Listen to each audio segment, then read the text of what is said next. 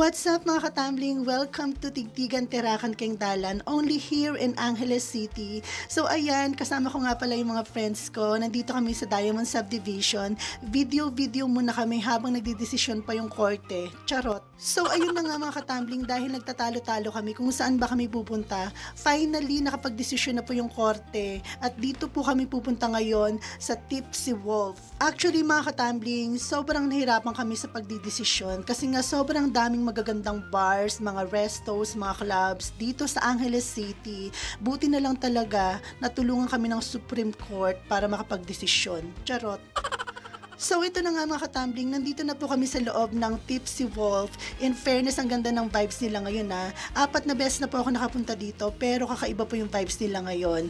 And ayan, umorder na po kami ng El Hombre. Hindi ko lang alam kung tama ba yung pronunciation ko ng El Hombre. Basta tequila siya, okay? Ano, happy? So ayan, excited at masaya po ang lahat kasi nga finally, binalik na nila yung Tigtigan Tirakan Keng Dalan. Ito po yung pinakamalaking event dito sa Angeles City. Lahat po ng tao pumupunta dito from different places at saka sinasarado po nila yung buong Balibago, yung buong MacArthur Highway para lang po sa TTKD.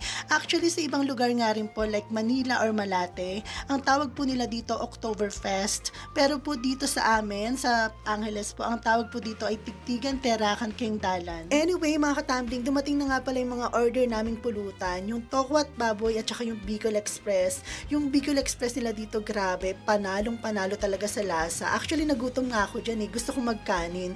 Kaso nga lang nakakahiya kasi ang ganda-ganda mo tapos kumakain ka ng kanin habang sila nagiinuman. So ayun, yung ate nyo, nagtiis na lang kahit gutom, dinaan na lang talaga sa alak. Tapos ayan nga pala, may mga sumasayaw na dito, medyo nakainom na sila. Pero ang ganda-ganda ng vibes nila dito, chill-chill lang talaga yung mga tao dito. Sobrang saya lang talaga. Tapos bigla ko na lang nakita tong pinsan ko, sumasayaw na kasama si Kate, grabe. Nakakahiya nung umpisa, pero nung nalasing ako dyan, grabe, sumayaw din ako. Charot. Maisingit ko nga pala si Kuyang Bouncer. Sobrang cute niya kahit chubby siya. Gigil na gigil ako sa kanya dyan. Gusto ko siyang kurutin sa pisngi. Kaso nga lang wala akong dalang tiyan. So ayun nga, dahil minsan-minsan na lang kami magkasama-sama ng mga friends ko, talagang nag-order pa kami ng another batch of drinks. Grabe, lakas-lakasan na naman kami dito. Tapos nakikita ko palang itong mga lalagyanan ng iniinom namin, parang nakakalasing na. So ayan, nagsolo ako dito. Inom-inom lang, chill-chill lang. Naku, like ka, ayusin mo, baka malasing ka na naman, diba?